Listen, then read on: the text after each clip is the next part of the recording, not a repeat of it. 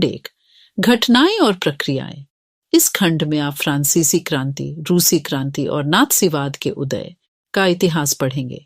आधुनिक विश्व की रचना में इन तीनों घटनाओं का महत्वपूर्ण योगदान रहा है। अध्याय 1 फ्रांसीसी क्रांति के बारे में है।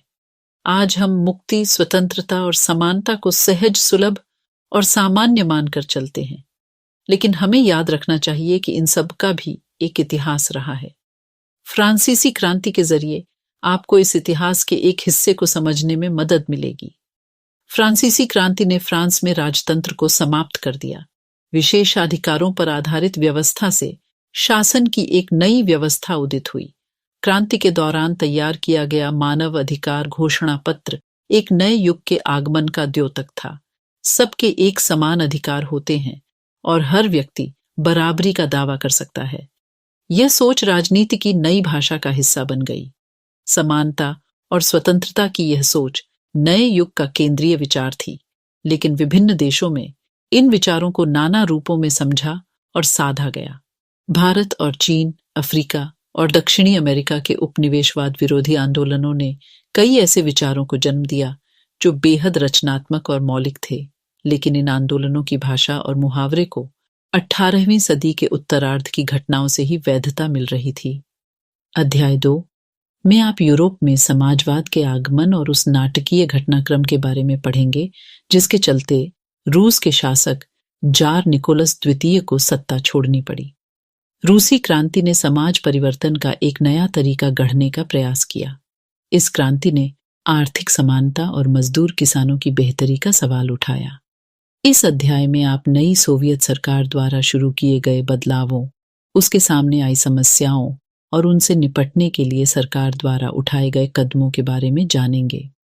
सोवियत रूस की सरकार ने खेती के औद्योगिकरण और मशीनीकरण का कार्यक्रम तो दृढ़ता के साथ आगे बढ़ाया, लेकिन उसने नागरिकों के कई ऐसे अधिकारों का हनन भी किया जो किसी भी लोकतांत्रिक समाज के संचालन के लिए अनिवार्य होते हैं। फिर भी समाजवाद का नारा विभिन्न देशों के उपनिवेशवाद विरोधी आंदोलन का हिस्सा बना।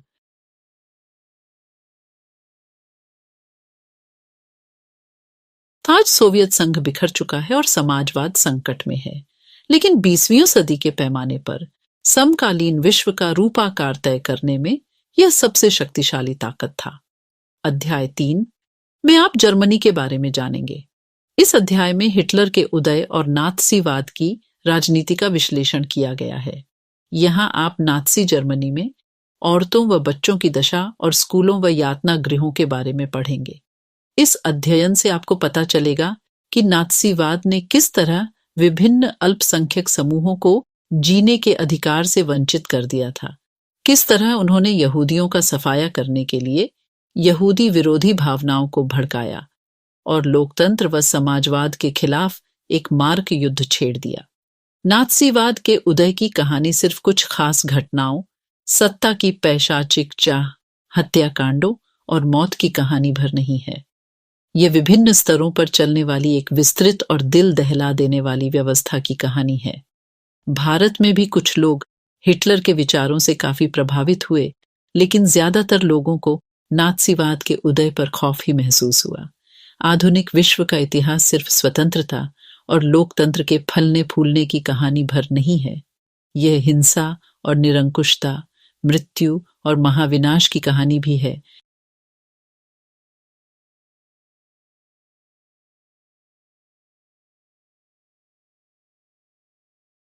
अध्याय 1 फ्रांसीसी क्रांति। 14 जुलाई 1789 की सुबह पेरिस नगर में आतंक का माहौल था। सम्राट ने सेना को शहर में घुसने का आदेश दे दिया था। अफवाह थी कि वह सेना को नागरिकों पर गोलियां चलाने का आदेश देने वाला है। लगभग 7,000 मर्द तथा औरतें टाउन हॉल के सामने एकत्र हुए और उन्होंने एक जन सेना का गठन करने का निर्णय किया। हथियारों की खोज में वे बहुत से सरकारी भवनों में जबरन प्रवेश कर गए। अंततः सैकड़ों लोगों का एक समूह पेरिस नगर के पूर्वी भाग की ओर चल पड़ा और बस्टील किले की जेल को तोड़ डाला, जहां भारी मात्रा में गोला बारूद मिलने की संभावना थी।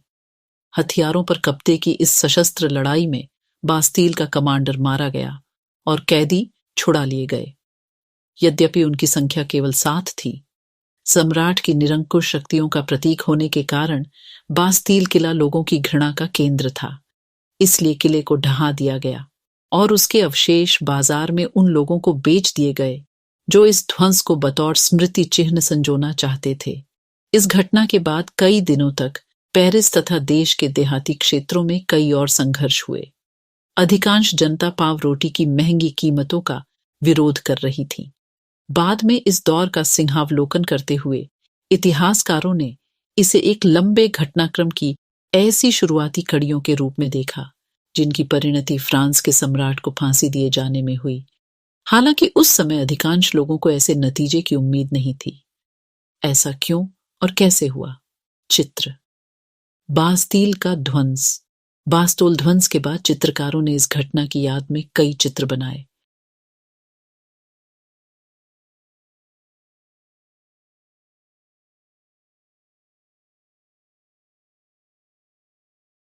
अठारहवीं सदी के उत्तरार्ध में फ्रांसीसी समाज। सन 1774 में बूबो राजवंश का लुई 16वां लुई ऑगस्टे फ्रांस की राजगद्दी पर आसीन हुआ।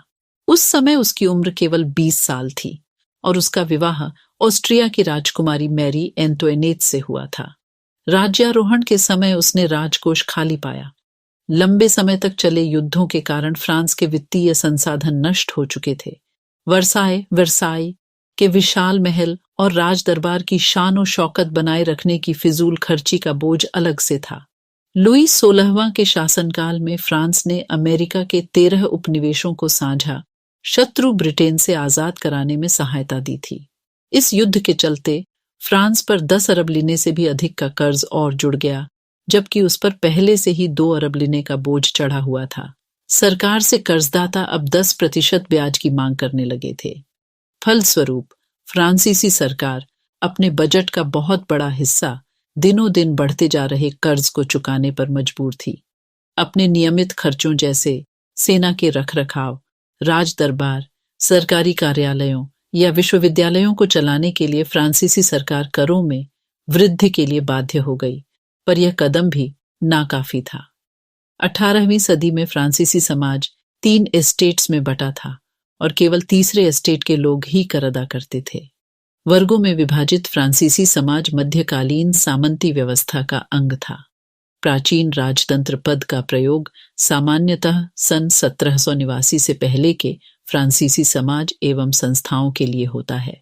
चित्र। एस्टेट्स का समाज। चित्र फ्रांसीसी समाज की वर्ग व्यवस्था को दर्शाता है। पूरी आबादी में लगभग 90% किसान थे, लेकिन जमीन के मालिक किसानों की संख्या बहुत कम थी। लगभग 60% जमीन पर कुलीनों, चर्च और तीसरे एस्टेट्स के अमीरों का अधिकार था। प्रथम 2 एस्टेट्स कुलीन वर्ग एवं पादरी वर्ग के लोगों को कुछ विशेषाधिकार जन्मना प्राप्त थे। इनमें से सबसे महत्वपूर्ण विशेषाधिकार था राज्य को दिए जाने वाले करों से छूट। कुलीन वर्ग को कुछ अन्य सामंती विशेषाधिकार भी हासिल थे। वह किसानों से सामंती कर वसूल करता था। किसान अपने स्वामी की सेवा, स्वामी के घर एवं खेतों में काम करना, सैन्य सेवाएं देना अथवा सड़कों के निर्माण में सहयोग आदि करने के लिए बाध्य थे।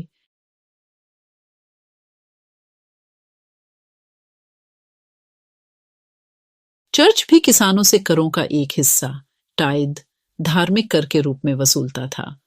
ऊपर से तीसरे एस्टेट के तमाम लोगों को सरकार को तो कर चुकाना ही होता था। इन करों में टाइल, प्रत्यक्ष कर और अनेक अप्रत्यक्ष कर शामिल थे। अप्रत्यक्ष कर नमक और तंबाकू जैसी रोजाना उपभोग की वस्तुओं पर लगाया जाता था। इस प्रकार राज्य के वित्तीय कामकाज का सारा बोझ करों के माध्यम से जनता वहन करती थी। नए शब्द। लिने। फ्रांस की मुद्रा, जिसे 1794 में समाप्त कर दिया गया। एस्टेट। क्रांति पूर्व फ्रांसीसी समाज में सत्ता और सामाजिक हैसियत को अभिव्यक्त करने वाली श्रेणी। पादरी वर्ग। चर्च के विशेष कार्यों को करने वाले व्यक्तियों का समूह। टाइद। चर्च द्वारा वसूल किया जाने वाला कर। यह कर कृषि उपज के 10वें हिस्से के बराबर होता था। टाइल। सीधे राज्य को अदा किया जाने वाला कर। चित्र।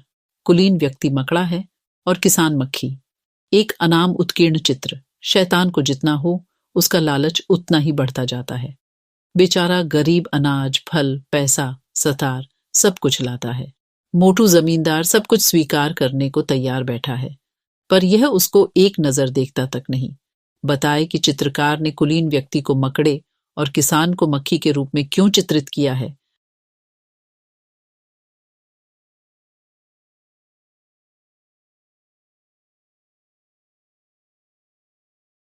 जीने का संघर्ष। फ्रांस की जनसंख्या सन 1715 में 2.3 करोड़ थी, जो सन 1789 में बढ़कर 2.8 करोड़ हो गई। परिणामतः अनाज उत्पादन की तुलना में उसकी मांग काफी तेजी से बढ़ी। अधिकांश लोगों के मुख्य खाद्य पावरोटी की कीमत में तेजी से वृद्धि हुई। अधिकतर कामगार कारखानों में मजदूरी करते थे और उनकी मजदूरी मालिक तय करते थे, लेकिन मजदूरी महंगाई की दर से नहीं बढ़ रही थी। फलस्वरूप अमीर गरीब की खाई चौड़ी होती गई। स्थितियां तब और बदतर हो जाती जब सूखे या ओले के प्रकोप से पैदावार गिर जाती। इससे रोजी रोटी का संकट पैदा हो जाता था। ऐसे जीविका संकट प्राचीन राजतंत्र के दौरान फ्रांस में काफी आम थे। नए शब्द, जीविका संकट। ऐसी चरम स्थिति जब जीवित रहने के न्यूनतम साधन भी खतरे में पड़ने लगते हैं। जीविका का संकट कैसे उत्पन्न होता है? आप इस जीविका संकट चक्र से समझ सकते हैं कि जीविका का संकट कैसे उत्पन्न होता है। जब फसल खराब होती है तो खराब फसल के कारण अन्न की कमी हो जाती है, जिससे खाद्य पदार्थों की कीमतें बढ़ जाती हैं। अब जब खाद्य पदार्थों की कीमतें बढ़ जाती हैं, तब गरीब खाद्य पदार्थ पावरोटी नहीं खरीद पाएंगे, जिससे उनका शरीर कमजोर पड़ जाएगा या भोजन के लिए लड़ाई दंगे होंगे। शरीर कमजोर हो जाने से महामारी फैलने के कारण गरीबों की मृत्यु हो जाती है। लड़ाई दंगों में घायल होने पर कुछ ले जाने से भूखे गरीबों की मृत्यु हो जाती है।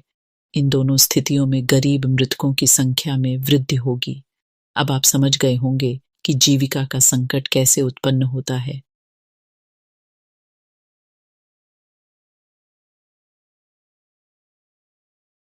उभरते मध्य वर्ग ने विशेषाधिकारों के अंत की कल्पना की। पहले भी कर बढ़ने एवं अकाल के समय किसान और कामगार विद्रोह कर चुके थे, परंतु उनके पास सामाजिक एवं आर्थिक व्यवस्था में बुनियादी बदलाव लाने के लिए साधन एवं कार्यक्रम नहीं थे। ये जिम्मेदारी तीसरे एस्टेट के उन समूहों ने उठाई जो समृद्ध और शिक्षित होकर नए विचारों के संपर्क में आ सके थे। 18वीं सदी में एक नए सामाजिक समूह का उदय हुआ जिसे मध्य वर्ग कहा गया, जिसने फैलते समुद्र पारीय व्यापार और ऊनी तथा रेशमी वस्त्रों के उत्पादन के बल पर संपत्ति अर्जित की थी।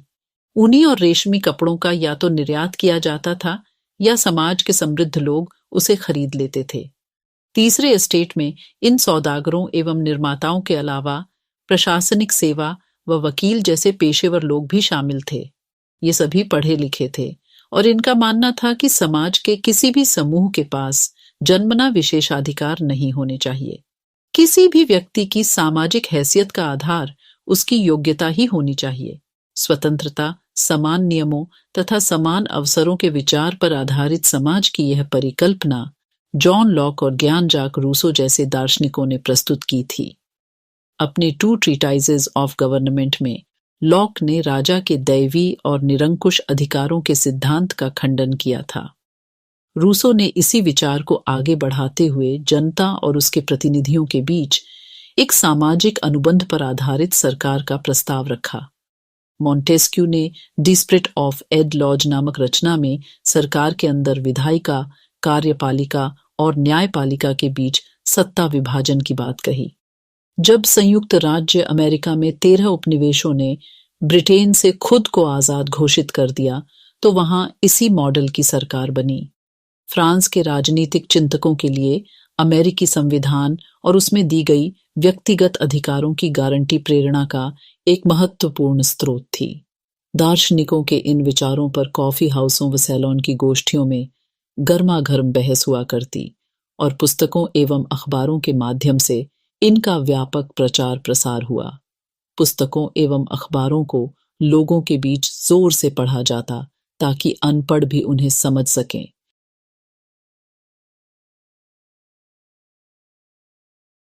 इसी समय लुई 16 द्वारा राज्य के खर्चों को पूरा करने के लिए फिर से कर लगाए जाने की खबर से विशेषाधिकार वाली व्यवस्था के विरुद्ध गुस्सा भड़क उठा। स्रोत: प्राचीन राजतंत्र में हुए अनुभवों का वृत्तांत। आगे चलकर क्रांतिकारी राजनीति में सक्रिय होने वाले जॉर्ज डाल्टन ने अपनी पढ़ाई पूरी होने के बाद के समय को याद करते हुए सन 1793 में अपने एक मित्र को लिखा। मैं प्लेसेस के आवासीय कॉलेज में था। वहां मुझे कई महत्वपूर्ण लोगों का सान्निध्य मिला। पढ़ाई पूरी होने के बाद बेकारी के दिनों में मैं नौकरी की तलाश में जुट गया। पेरिस के न्यायालय में नौकरी मिलनी असंभव थी। सेना में नौकरी का विकल्प भी मेरे लिए नहीं था, क्योंकि मैं न तो जन्मजात कुलीन था और न ही मेरा कोई संरक्षक था। चर्च भी मुझे आसरा नहीं दे सका। मैं कोई ओहदा भी खरीदने की स्थिति में नहीं था, क्योंकि मेरी जेब में एक सू फ्रांसीसी पैसा तक नहीं था। पुराने दोस्तों ने भी मुंह मोड़ लिया था। व्यवस्था ने हमें पढ़ा लिखा तो दिया था, लेकिन हमारी प्रतिभा के इस्तेमाल के अवसर उपलब्ध नहीं कराए थे। 2. आर्थर यंग नाम के एक अंग्रेज ने सन 1787 से निवासी के दौरान फ्रांस की यात्रा की और अपनी यात्रा का विस्तृत वृत्तांत लिखा।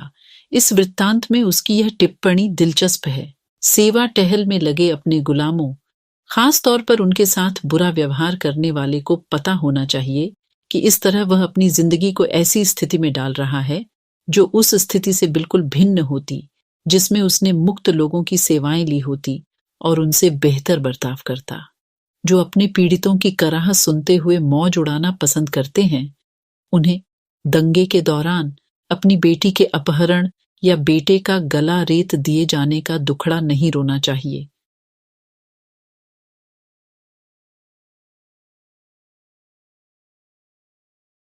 क्रांति की शुरुआत।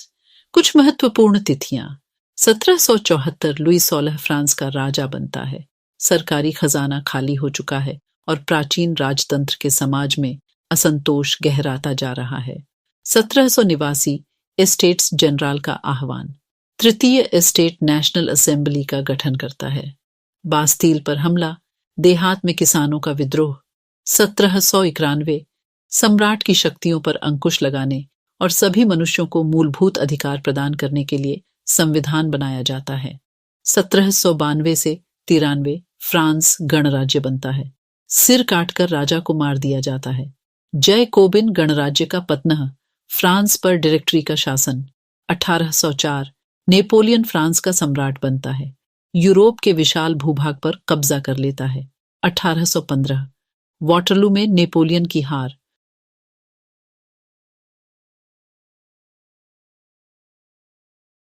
पिछले भाग में आप देख चुके हैं कि किन कारणों से लुई 16 ने कर बढ़ा दिए थे। क्या आप सोच सकते हैं कि उसने ऐसा कैसे किया होगा? प्राचीन राजतंत्र के तहत फ्रांसीसी सम्राट अपनी मर्जी से कर नहीं लगा सकता था। इसके लिए उसे एस्टेट्स जनरल, प्रतिनिधि सभा की बैठक बुलाकर नए करों के अपने प्रस्तावों पर मंजूरी लेनी पड़ती थी।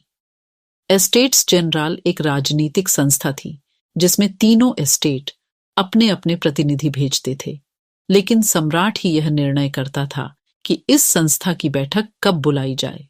इसकी अंतिम बैठक सन 1614 में बुलाई गई थी। फ्रांसीसी सम्राट लुई 16 ने 5 मई 1789 को नए करों के प्रस्ताव के अनुमोदन के लिए एस्टेट्स जनरल की बैठक बुलाई। प्रतिनिधियों की मेजबानी के लिए वर्साई के एक आलीशान भवन को सजाया गया। पहले और दूसरे एस्टेट ने इस बैठक में अपने 300 प्रतिनिधि भेजे, जो आमने सामने की कतारों में बिठाए गए। तीसरे एस्टेट के 600 प्रतिनिधि उनके पीछे खड़े किए गए।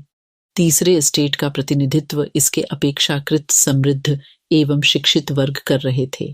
किसानों, औरतों एवं कारीगरों का सभा में प्रवेश वर्जित था। फिर भी लगभग 40,000 पत्रों के माध्यम से उनकी शिकायतों एवं मांगों की सूची बनाई गई, जिसे प्रतिनिधि अपने साथ लेकर आए थे। एस्टेट्स जनरल के नियमों के अनुसार प्रत्येक वर्ग को एक मत देने का अधिकार था।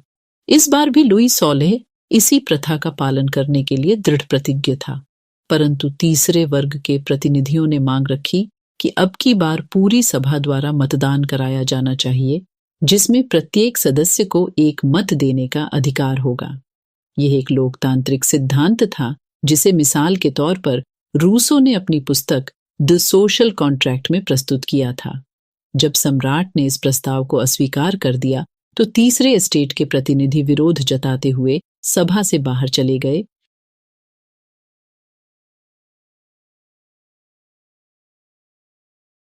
तीसरे एस्टेट के प्रतिनिधि खुद को संपूर्ण फ्रांसीसी राष्ट्र का प्रवक्ता मानते थे।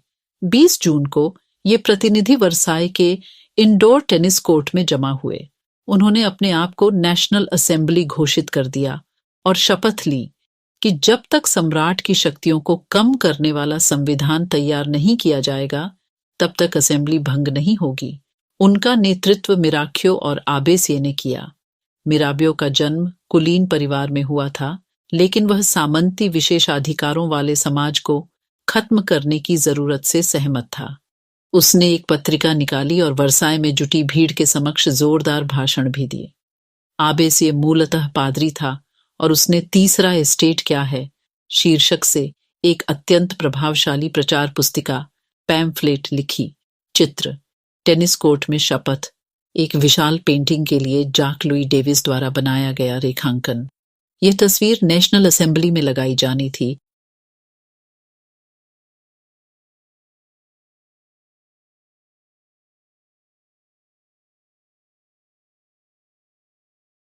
जिस वक्त नेशनल असेंबली संविधान का प्रारूप तैयार करने में व्यस्त थी, पूरा फ्रांस आंदोलित हो रहा था। कड़ाके की ठंड के कारण फसल मारी गई थी और पावरोटी की कीमतें आसमान छू रही थीं। बेकरी मालिक स्थिति का फायदा उठाते हुए जमाखोरी में जुटे थे। बेकरी की दुकानों पर घंटों के इंतजार के बाद गुस्साई औरतों की भीड़ ने दुकान पर धावा बोल दिया। दूसरी तरफ सम्राट ने सेना को पेरिस में प्रवेश करने का आदेश दे दिया था। क्रुद्ध भीड़ ने 14 जुलाई को बास्तील पर धावा बोलकर उसे नेस्तनाबूद कर दिया। देहाती इलाकों में गांव-गांव यह अफवाह फैल गई कि जागीरों के मालिकों ने भाड़े पर लठैतों लुटेरों के गिरोह बुला लिए हैं जो पकी फसलों को तबाह करने निकल पड़े हैं। कई जिलों में भय से आक्रांत होकर किसानों ने कुदालों और बेलचों से ग्रामीण किलों शटों पर आक्रमण कर दिए। उन्होंने अन्न भंडारों को लूट लिया और लगान संबंधी दस्तावेजों को जलाकर राख कर दिया। कुलीन बड़ी संख्या में अपनी जागीरें छोड़कर भाग गए। बहुतों ने तो पड़ोसी देशों में जाकर शरण ली। अपनी विद्रोही प्रजा की शक्ति का अनुमान करके लुई 16 ने अंततः नेशनल असेंबली को मान्यता दे दी और यह भी मान लिया कि उसकी सत्ता पर अब से संविधान का अंकुश होगा। 4 अगस्त 1789 की रात को असेंबली ने करों, कर्तव्यों और बंधनों वाली सामंती व्यवस्था के उन्मूलन का आदेश पारित किया। पादरी वर्ग के लोगों को भी अपने विशेषाधिकारों को छोड़ देने के लिए विवश किया गया। धार्मिक कर समाप्त कर दिया गया और चर्च के स्वामित्व वाली भूमि जब्त कर ली गई। इस प्रकार कम से कम 20 अरब लिवरे की संपत्ति सरकार के हाथ में आ गई। चित्र, भय की लहर का प्रसार मानचित्र में पता चलता है कि किस किसानों के जत्थे एक जगह से दूसरी जगह फैलाते चले गए।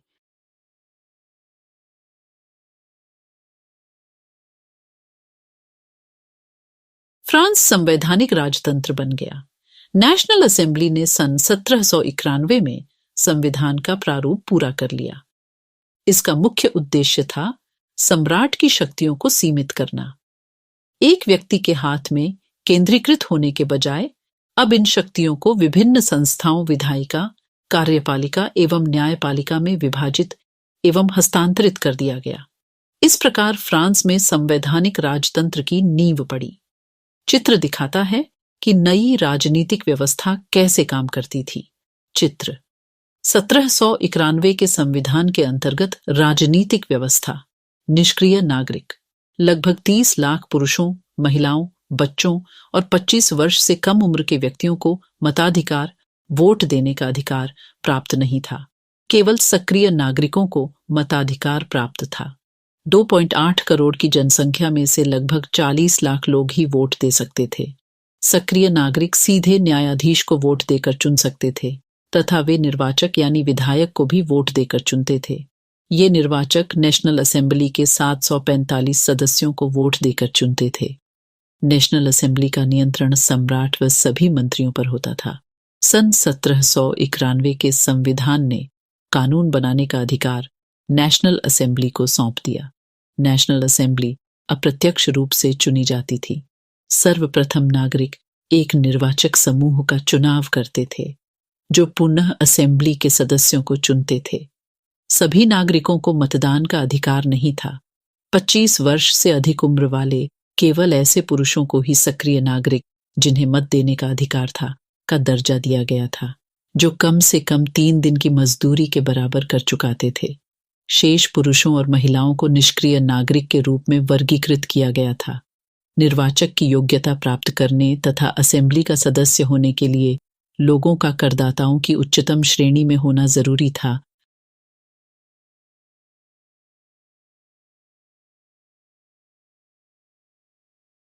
चित्र। पुरुष एवं नागरिक अधिकार घोषणा पत्र का 1790 में ले बार्बिए द्वारा बनाया गया चित्र। दाईं ओर की आकृति फ्रांस को और बाईं ओर की कानून को निरूपित करती है। संविधान पुरुष एवं नागरिक अधिकार घोषणा पत्र के साथ शुरू हुआ था। जीवन के अधिकार, अभिव्यक्ति की स्वतंत्रता के अधिकार और कानूनी बराबरी के अधिकार को नैसर्गिक एवं अहरणीय अधिकार के रूप में स्थापित किया गया, अर्थात ये अधिकार प्रत्येक व्यक्ति को जन्म से प्राप्त थे और इन अधिकारों को छीना नहीं जा सकता। राज्य का यह कर्तव्य माना गया कि वह प्रत्येक नागरिक के नैसर्गिक अधिकारों की रक्षा करे। स्रोत: क्रांतिकारी पत्रकार स्पाम पॉल मरात, जॉन पॉल मराठी ने अपने अखबार लामी द पीपल, जनता का मित्र, में नेशनल असेंबली द्वारा तैयार किए गए संविधान पर यह टिप्पणी की थी। जनता के प्रतिनिधित्व का कार्यभार अमीरों को सौंप दिया गया है। गरीबों और शोषितों की दशा केवल शांतिपूर्ण तरीकों से कभी नहीं सुधर सकती। यह इस बात का अकाट्य प्रमाण है कि धनाढ्य वर्ग कानून को कैसे प्रभावित करता है। फिर भी ये कानून तभी तक चलेंगे जब तक लोग इन्हें मानेंगे। जिस तरह उन्होंने कुलीनों द्वारा लादे गए जुए को उतार फेंका है, एक दिन वही हश्र अमीरों का करेंगे।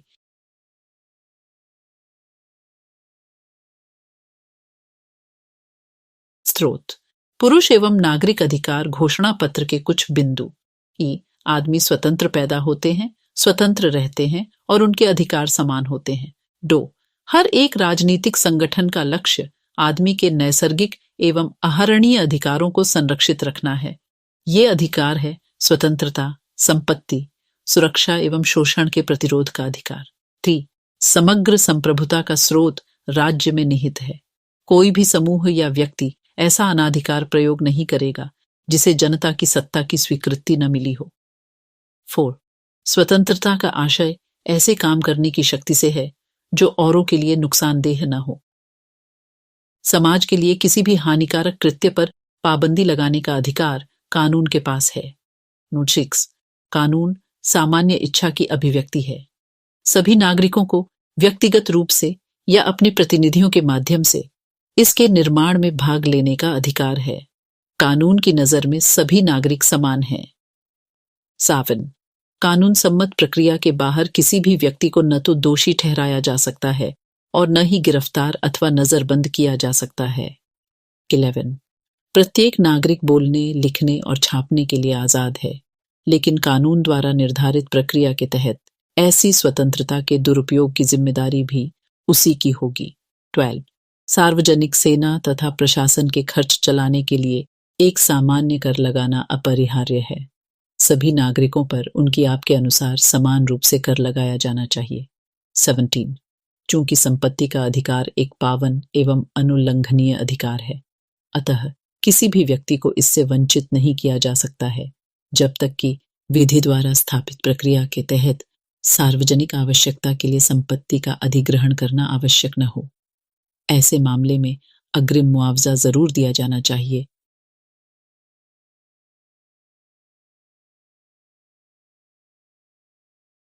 राजनीतिक प्रतीकों के मायने। 18वीं सदी में ज्यादातर स्त्री पुरुष पढ़े लिखे नहीं थे, इसलिए महत्वपूर्ण विचारों का प्रचार करने के लिए छपे हुए शब्दों के बजाय अक्सर आकृतियों एवं प्रतीकों का प्रयोग किया जाता था। ले बार्बिए ने अपनी पेंटिंग में अधिकारों के घोषणा पत्र को लोगों तक पहुंचाने के लिए अनेक प्रतीकों का प्रयोग किया। आइए इन प्रतीकों को समझने की कोशिश करें। टूटी हुई जंजीर, दासों को बांधने के लिए जंजीरों का प्रयोग होता था। टूटी हुई हथकड़ी उनकी आजादी का प्रतीक है। छड़ों का बर्छीदार गट्ठर, अकेली छड़ को आसानी से तोड़ा जा सकता है पर पूरे गट्ठर को नहीं। एकता में ही बल है। त्रिभुज के अंदर रोशनी बिखेरती आंख, सर्वदर्शी आंख ध्यान का प्रतीक है। सूर्य की किरणें अज्ञान रूपी अंधेरे को मिटा देंगी। राजदंड, शाही सत्ता का प्रतीक, अपनी पूंछ मुंह में लिए सांप। सनातनता का प्रतीक, अंगूठी का कोई और छोर नहीं होता। लाल फ्राइजियन टोपी, दासों द्वारा स्वतंत्र होने के बाद पहनी जाने वाली टोपी। नीला, सफेद, लाल, फ्रांस के राष्ट्रीय रंग। डैनों वाली स्त्री, कानून का मानवीय रूप। विधिपट, कानून सबके लिए समान है और उसकी नजर में सब बराबर हैं।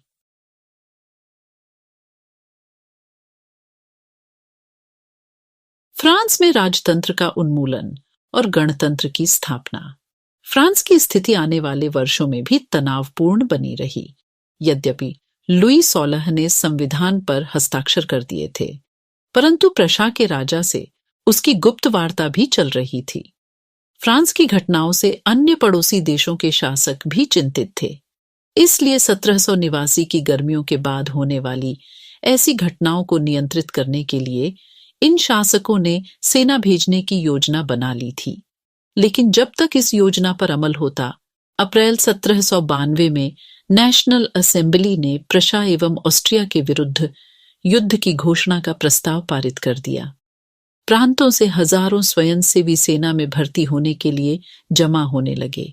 उन्होंने इस युद्ध को यूरोपीय राजाओं एवं कुलीनों के विरुद्ध जनता की जंग के रूप में लिया। उनके होठों पर देशभक्ति के जो तराने थे, उनमें कवि रोजेट दिलाइल द्वारा रचित मार्सिले भी था। यह गीत पहली 4 मार्सिलेस के स्वयंसेवियों ने पेरिस की ओर कूच करते हुए गाया था। इसलिए इस गाने का नाम मार्सिले हो गया, जो अब फ्रांस का राष्ट्रगान है। क्रांतिकारी युद्धों से जनता को भारी क्षति एवं आर्थिक कठिनाइयां झेलनी पड़ी।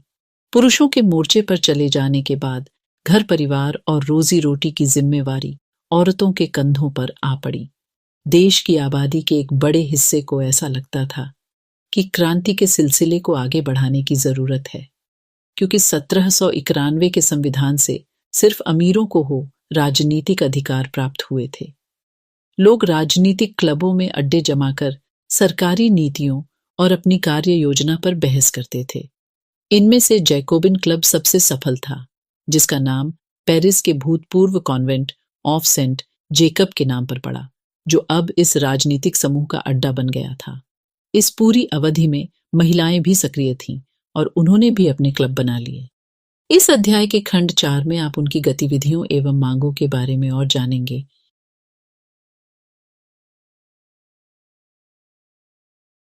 जैकोबिन क्लब के सदस्य मुख्यतः समाज के कम समृद्ध हिस्से से आते थे। इनमें छोटे दुकानदार और कारीगर जैसे जूता बनाने वाले, पेस्ट्री बनाने वाले, घड़ीसाज, छपाई करने वाले और नौकर व दिहाड़ी मजदूर शामिल थे। उनका नेता मैक्सिमिलियन रोबेस्पियर था। जैकोबिनों के एक बड़े वर्ग ने गोदी कामगारों की तरह धारीदार लंबी पतलून पहनने का निर्णय किया। ऐसा उन्होंने समाज के फैशन परस्त वर्ग, खास तौर से घुटने तक पहने जाने वाले ब्रीचेस, घुटन्ना पहनने वाले कुलीनों से खुद को अलग करने के लिए किया। यह ब्रीचेस पहनने वाले कुलीनों की सत्ता समाप्ति के ऐलान का उनका तरीका था। नए शब्द, कॉन्वेंट, धार्मिक जीवन को समर्पित समूह की इमारत, चित्र, सौ कुलात, चिन्ना ब्रीचेस वाले, दंपत्ति, चित्र, नानीन वाले, लिबर्टी, स्वतंत्रता। यह किसी महिला कलाकार द्वारा रचित दुर्लभ चित्रों में से एक है। क्रांतिकारी घटनाक्रम के बाद महिलाओं के लिए यह संभव हो गया कि थे स्थापित चित्रकारों के साथ प्रशिक्षण प्राप्त कर सकें और हर 2 साल में लगने वाली सैलॉन नामक नुमाइश में अपने चित्रों को प्रदर्शित कर सकें। यह तस्वीर स्वतंत्रता का नारी रूपक है, अर्थात नारी आकृति स्वतंत्रता का प्रतीक है।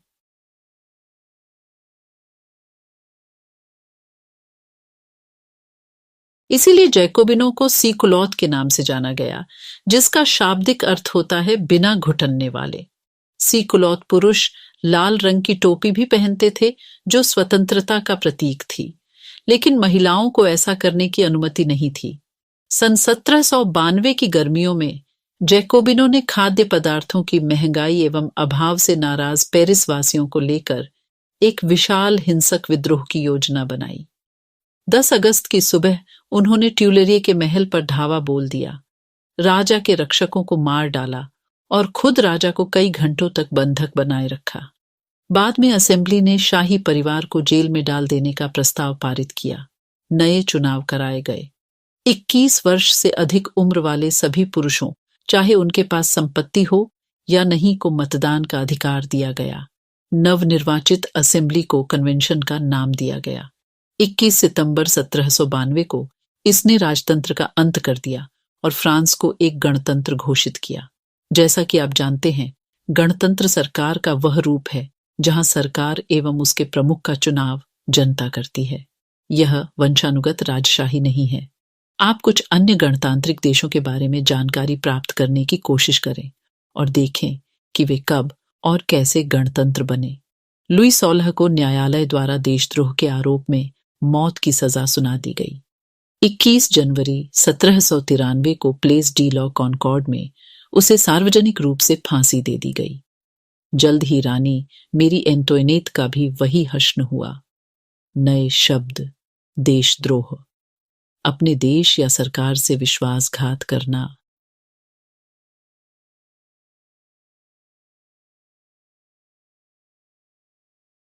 आतंकराज। सन 1793 से 1794 तक के काल को आतंक का युग कहा जाता है। रोबेस्पियर ने नियंत्रण एवं दंड की सख्त नीति अपनाई।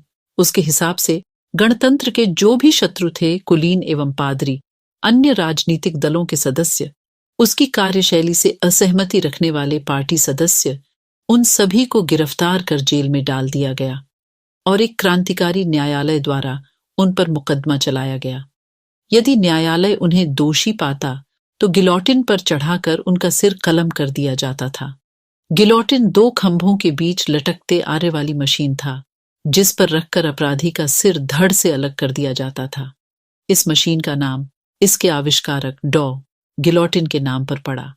रोबेस्पियर सरकार ने कानून बनाकर मजदूरी एवं कीमतों की अधिकतम सीमा तय कर दी। गोश्त एवं पावरोटी की राशनिंग कर दी गई।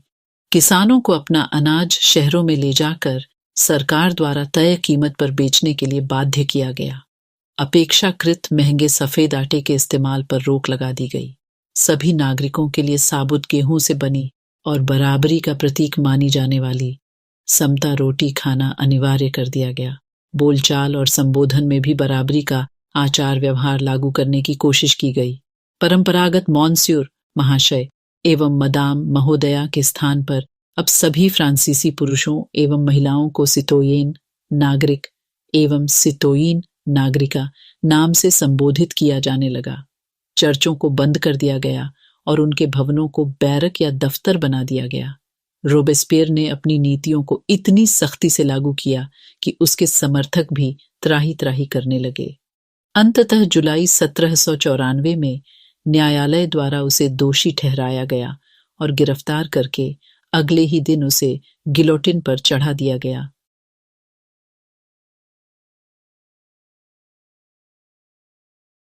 स्रोत: स्वतंत्रता, लिबर्टी।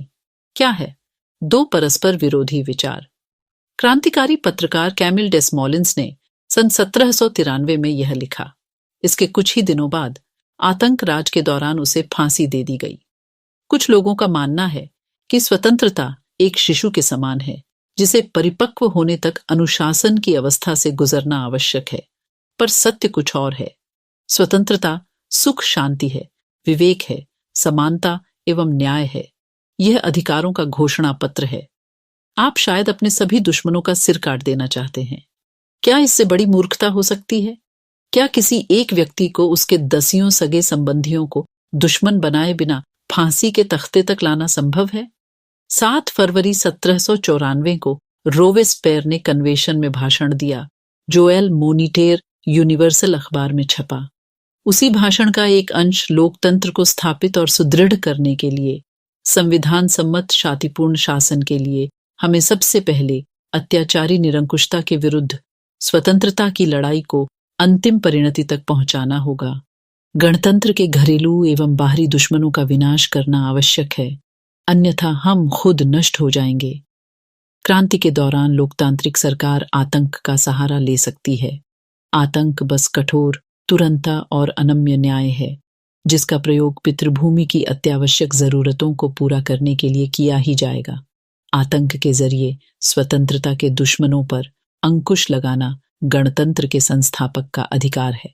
चित्र: क्रांतिकारी सरकार ने अनेक प्रकार की वफादारी हासिल करनी चाहिए।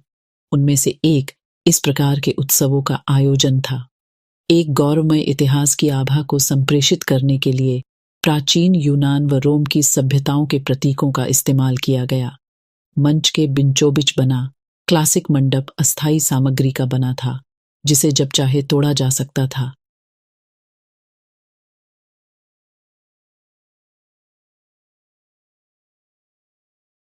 डायरेक्टरी शासित फ्रांस। जैकोबिन सरकार के पतन के बाद मध्य वर्ग के संपन्न तबके के पास सत्ता आ गई। नए संविधान के तहत संपत्तिहीन तबके को मताधिकार से वंचित कर दिया गया। इस संविधान में 2 चुनी गई विधान परिषदों का प्रावधान था। इन परिषदों ने 5 सदस्यों वाली एक कार्यपालिका डायरेक्टरी को नियुक्त किया। इस प्रावधान के जरिए जैकोबिनों के शासनकाल वाली एक व्यक्ति केंद्रित कार्यपालिका से बचने की कोशिश की गई, लेकिन डायरेक्टरों का झगड़ा अक्सर विधान परिषदों से होता और तब परिषद उन्हें बर्खास्त करने की चेष्टा करती। डायरेक्टरी की राजनीतिक अस्थिरता ने सैनिक तानाशाह नेपोलियन बोनापार्ट के उदय का मार्ग प्रशस्त कर दिया। सरकार के स्वरूप में इन सभी परिवर्तनों के दौरान स्वतंत्रता, विधिसम्मत समानता और बंधुत्व प्रेरक आदर्श बने रहे। इन मूल्यों ने आगामी सदी में न सिर्फ फ्रांस बल्कि बाकी यूरोप के राजनीतिक आंदोलनों को भी प्रेरित किया। क्या महिलाओं के लिए भी क्रांति हुई? चित्र: बरसाई की ओर कूच करती पेरिस की औरतें। यह चित्र 3 अक्टूबर 1789 की घटनाओं के कई चित्रों में से एक है। उस दिन महिलाएं बरसाए जाकर राजा को अपने साथ लेकर लौटी थीं।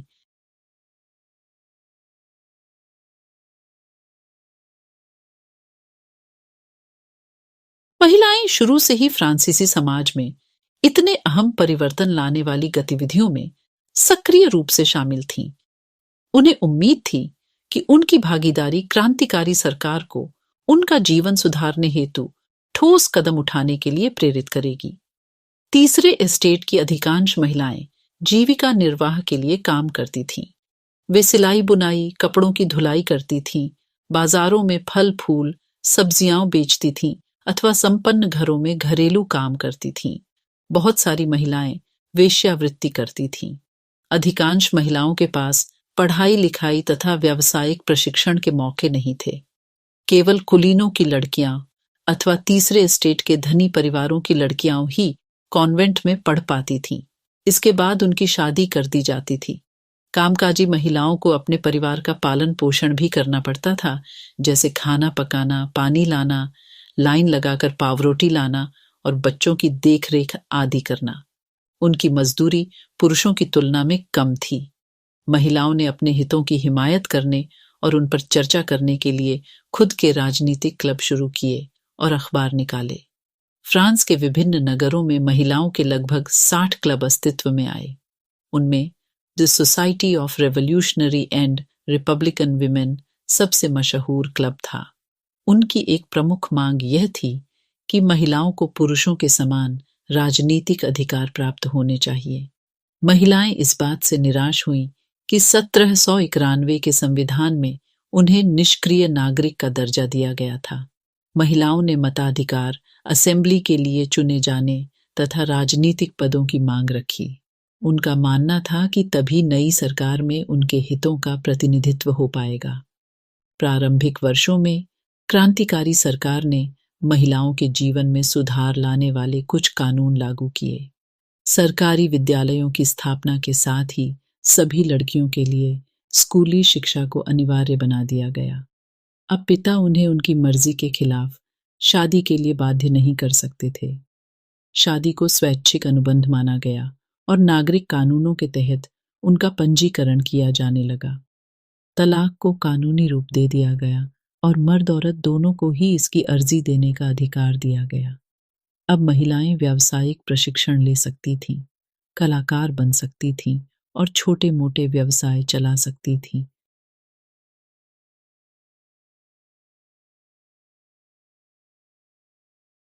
फिर भी राजनीतिक अधिकारों के लिए महिलाओं का संघर्ष जारी रहा। आतंक राज के दौरान सरकार ने महिला क्लबों को बंद करने और उनकी राजनीतिक गतिविधियों पर प्रतिबंध लगाने वाला कानून लागू किया। कई जानी मानी महिलाओं को गिरफ्तार कर लिया गया और उनमें से कुछ को फांसी पर चढ़ा दिया गया।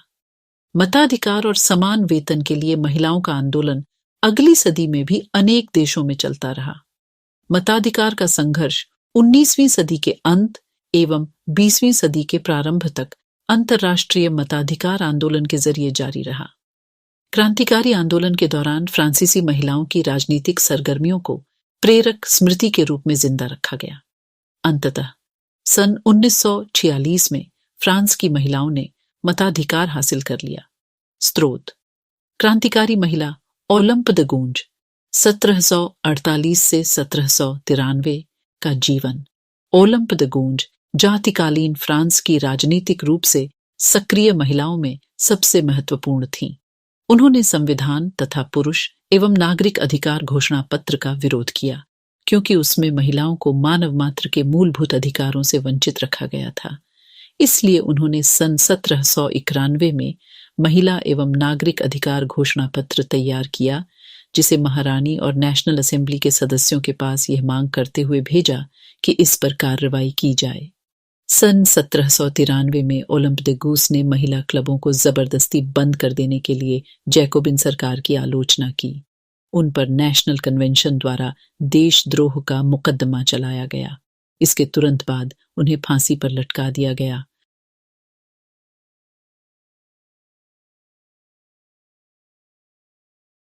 स्रोत: ओलंप व गूज के घोषणा पत्र में उल्लिखित कुछ मूलभूत अधिकार।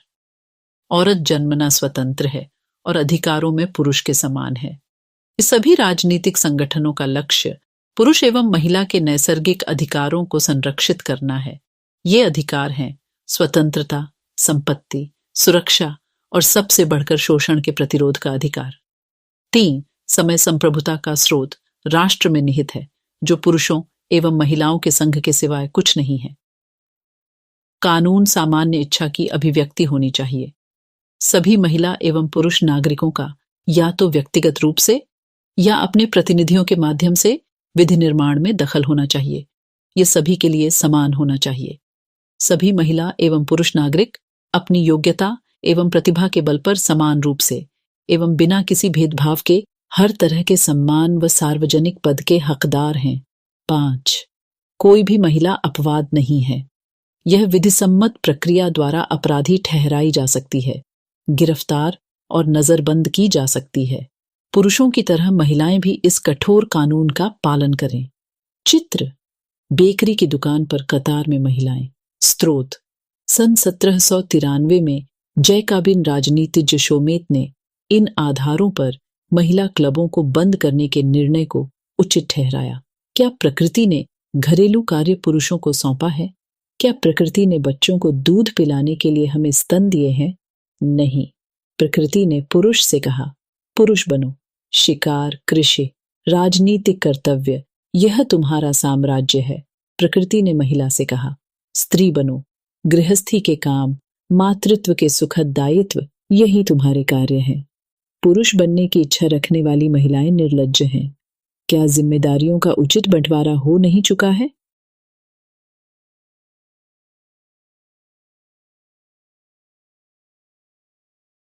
दास प्रथा का उन्मूलन। फ्रांसीसी उपनिवेशों में दास प्रथा का उन्मूलन जैकोबिन शासन के क्रांतिकारी सामाजिक सुधारों में से एक था। कैरिबियाई उपनिवेश मार्टिनिक, गॉडेलोप और सैन डोमिंगो तंबाकू, नील, चीनी एवं कॉफी जैसी वस्तुओं के महत्वपूर्ण आपूर्तिकर्ता थे।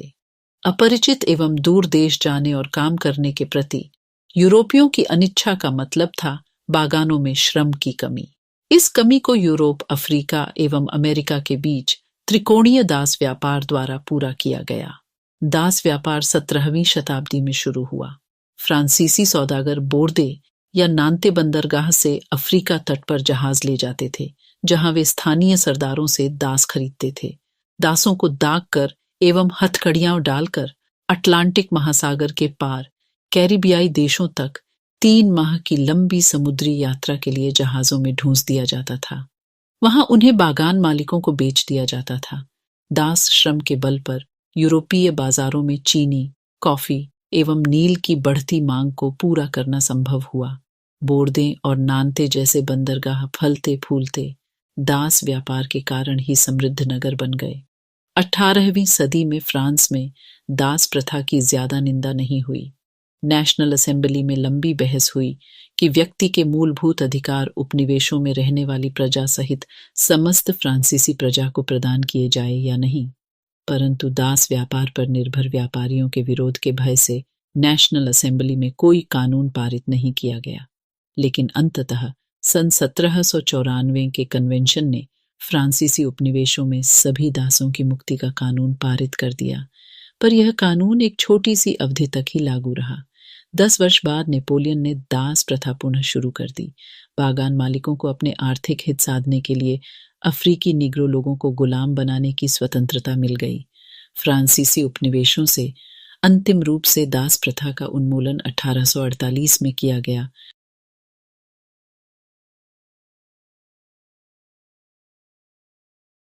चित्र दास मुक्ति। सन 1794 के इस चित्र में दासों की मुक्ति का विवरण है। शीर्ष पर तिरंगे बैनर का नारा है मनुष्य के अधिकार। नीचे अभिलेख कहता है गुलामों की मुक्ति। एक फ्रांसीसी महिला अफ्रीकी एवं अमेरिकी इंडियन दासों को यूरोपीय कपड़े देकर उन्हें सभ्य बनाने की चेष्टा कर रही है। नए शब्द नीग्रो। अफ्रीका में सहारा रेगिस्तान के दक्षिण में रहने वाले स्थानीय लोग। यह अपमानजनक शब्द है जिसका अब प्रायः इस्तेमाल नहीं किया जाता। क्रांति और रोजाना की जिंदगी।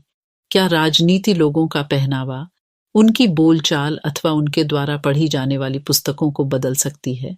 सन 1789 से बाद के वर्षों में फ्रांस के पुरुषों, महिलाओं एवं बच्चों के जीवन में ऐसे अनेक परिवर्तन आए। क्रांतिकारी सरकारों ने कानून बनाकर स्वतंत्रता एवं समानता के आदर्शों को रोजाना की जिंदगी में उतारने का प्रयास किया। बास्तील के विध्वंस के बाद सन 1789 की गर्मियों में जो सबसे महत्वपूर्ण कानून अस्तित्व में आया वह था सेंसरशिप की समाप्ति। प्राचीन राजतंत्र के अंतर्गत तमाम लिखित सामग्री और सांस्कृतिक गतिविधियों, किताब, अखबार, नाटक को राजा के सेंसर अधिकारियों द्वारा पास किए जाने के बाद ही प्रकाशित या मंचित किया जा सकता था। परंतु अब अधिकारों के घोषणा पत्र ने भाषण एवं अभिव्यक्ति की स्वतंत्रता को नैसर्गिक अधिकार घोषित कर दिया। परिणाम स्वरूप फ्रांस के शहरों में अखबारों, पर्चा, पुस्तकों एवं छपी हुई तस्वीरों को बाढ़ आ गई, जहां से वह तेजी से गांव देहात तक जा पहुंची। उनमें फ्रांस में घट रही घटनाओं एवं परिवर्तनों का ब्यौरा और उन पर टिप्पणी होती थी। प्रेस की स्वतंत्रता का मतलब यह था कि किसी भी घटना पर परस्पर विरोधी विचार भी व्यक्त किए जा सकते थे। प्रिंट माध्यम का उपयोग करके एक पक्ष ने दूसरे पक्ष को अपने दृष्टिकोण से सहमत कराने की कोशिश की। नाटक, संगीत और उत्सवी जुलूसों में असंख्य लोग जाने लगे। स्वतंत्रता और न्याय के बारे में राजनीतिज्ञों व दार्शनिकों के पांडित्यपूर्ण लेखन को समझने और उससे जुड़ने का यह लोकप्रिय तरीका था, क्योंकि किताबों को पढ़ना तो मुट्ठी भर शिक्षितों के लिए ही संभव था। चित्र देशभक्त कसरती दाव मशीन, जिसका इस्तेमाल मोटापा घटाने के लिए किया जा सकता था।